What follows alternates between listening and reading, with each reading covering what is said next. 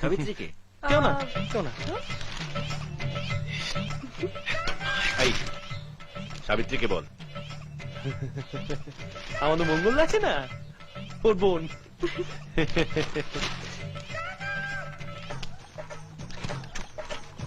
এই তুই লুকোচ্ছিস আমার কাছে, কে বল সাবিত্রী? কোনো একদম একটা অসমাপ্ত প্রেমের কাহিনী।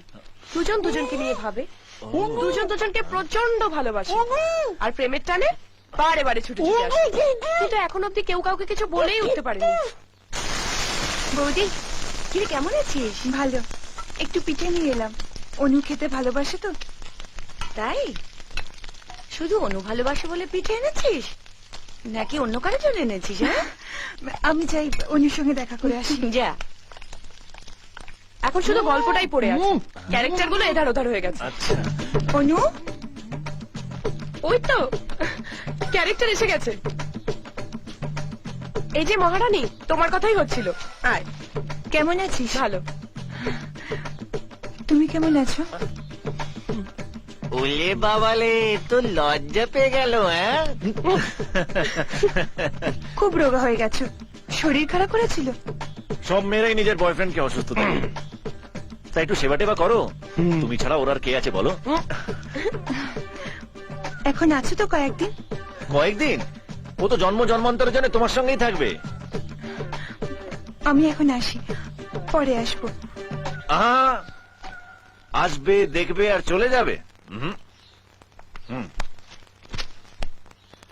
গল্প আর লাভার কোনোদিন ফেলে রাখতে নেই, চোট হয়ে যাবে।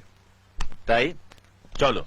আরে কোথায়? চল। আরে আমার কথাটা শোন। আরে দেখ, কোনো কথা নয়, চল আয় আমার সাথে আয়, যা কথা হবে জজ সাহেবের সামনে হবে। এসো এসো এসো এসো এসো।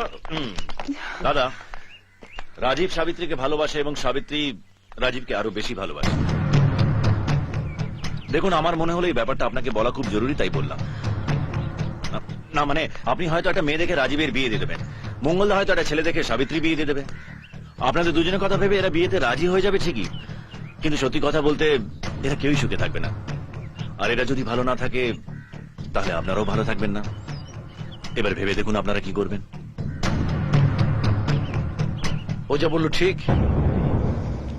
কে? হ্যাঁ, তুমি বলো বলো।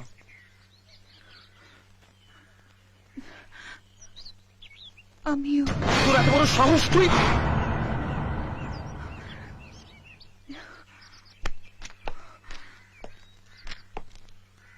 গাধা, আমায় বললে আমি কি না করতাম? তোরা আমাদের সম্পর্কটা আত্মীয়তায় বেঁধে দিবি।